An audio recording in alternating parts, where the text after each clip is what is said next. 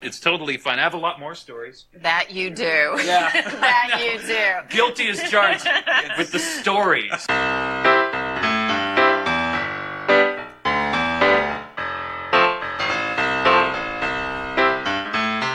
Hello, everybody. Welcome once again to the podcast called I've Got Something to Say. I'm Chris Whiting, the one with something to say. So glad you tuned in. This week's edition is titled Judge Judy.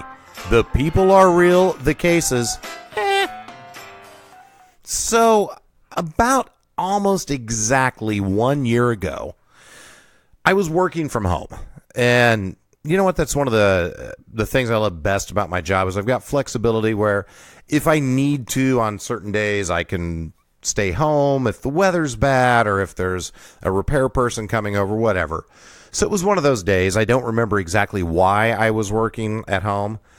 But the dogs started going bananas, and I was like, what is going on here? And then I heard the mail slot open. So it was the mailman. No big woo. Interesting to me that it happens every day, but it's always like brand new to the dogs. No matter what, they would go just, crazy because, it's the mailman. What's going on? We don't know what's happening. Yes, you know what's happening. It's the mailman. So the mailman, and I'm not trying to be sexist, our mailman is a man, so I guess I could say male person, but he's actually identifies as a man.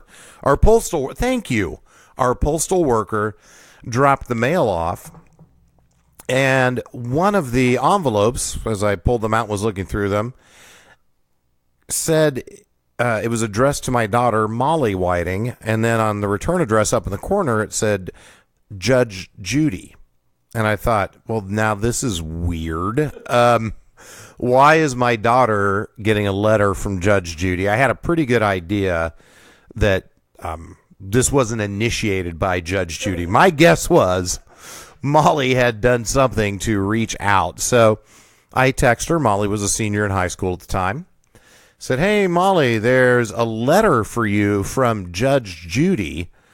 And she texts back, oh, my God, oh, my God, oh, my God. Oh, wait, just said OMG, OMG, OMG.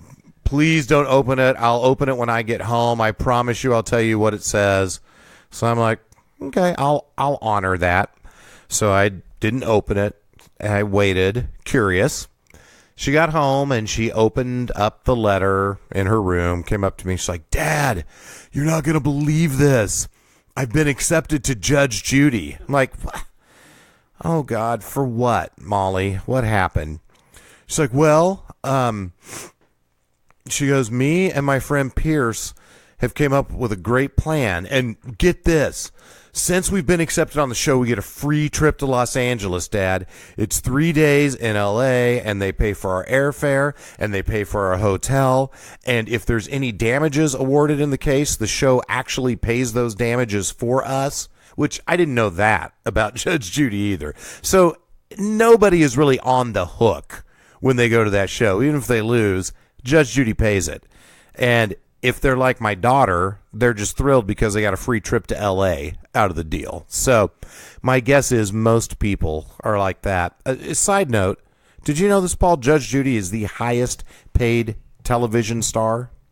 I would think so. Isn't she on the Supreme Court or something like that? She's not. She's not on the Supreme Court. No, she has her own fake courtroom that she presides over. She's the highest paid television actress.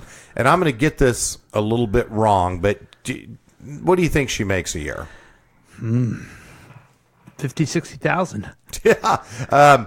You're absolutely wrong on that one. Yeah. But the number's not that off. I'm going to say it's right around 52, 53 million a year. Oh, my. And she works 50 days a year. That's in her contract. Wow. So, like crazy. I did a little research on her after Molly got accepted to the show. That's $1 million a day. And somebody came, like they were thinking about doing a television show with her. And it actually started with an article that somebody was doing about her style in the courtroom. Mm-hmm. And then they were like, hey, you'd actually be good on TV. And she's like, yeah, I'm kind of thinking about retiring. And they're like, well, what could we do to talk you out of retiring? And she's like, well, I'll only work 50 days a year between this hour and this hour. And I want most of my time to myself, and I've got to make a buttload of money. And they're like, okay, will do it. So that's her retirement. Have you seen the show lately? I've actually never watched an entire episode of it. It is pretty funny when people think they can go in and out-talk or out-manipulate Judge Judy. I've seen You enough to can't do know. Yeah, nobody's going to get anything Nobody's by her. going to. No. She has too much experience, number one. And number two, it's her show. Yes. You know what I mean? Yes. Everything's stacked against you when you go in there if you think you're going to get the best of Judge Right. Judy. Even if you're somebody as smart as my daughter Molly, who's very smart, I think she would have been crucified had this actually occurred. But we'll get to that in a moment. So Molly's telling me about this great opportunity. Her and her friend Pierce get a free trip to L.A. It's going to be so awesome. She's going to be on TV. She's going to become Insta-famous. And a lot of people launch their careers this way and blah, blah, blah, blah, blah, blah, blah. And look at me. And I'm like, okay, hang on. How did you guys get on the show? And she's like, well, we pitched this story. Like, okay, what is the story? She said, okay, it's that at Christmas time, Pierce broke into our house, and he broke in by crawling down our chimney, and he took the cookies that I left for Santa, and then something like some money that she had on her nightstand or something. Like, he took that and then crawled back out the chimney. Okay, yeah, and supposedly Judge Judy's, like, team accepted this and thought, oh yeah, this is going to be great TV, which maybe it would fit right in on Judge Judy. I don't know. Well, I'm like, okay, but doesn't this have to be like a real court case before it can get to her? She's like, that's the best thing, Dad. Yes, so I have to go sue Pierce in small claims court, but then since we've been accepted, they drop that suit. We have to drop it to go on her show. So I don't even have to go to real court. We just have to file it. And he agrees, and we've both agreed how it's going to go down. And I'm like, oh, Molly, I don't feel good about this. And I'm going to be honest right now and say that I've not been honest in everything throughout my entire life. But making up a lawsuit, even a small claims lawsuit, and then going on TV to lie about it in front of everyone, I just didn't feel like that was a good thing to do, okay? And I'm not the guy, casting stones saying I've never sinned. I've done a lot of silly stuff, but I just didn't feel comfortable. So I'm like, I got to think about this. So I took a couple of days, and I'm asking people about it, and it's really interesting because generationally I got different answers from people.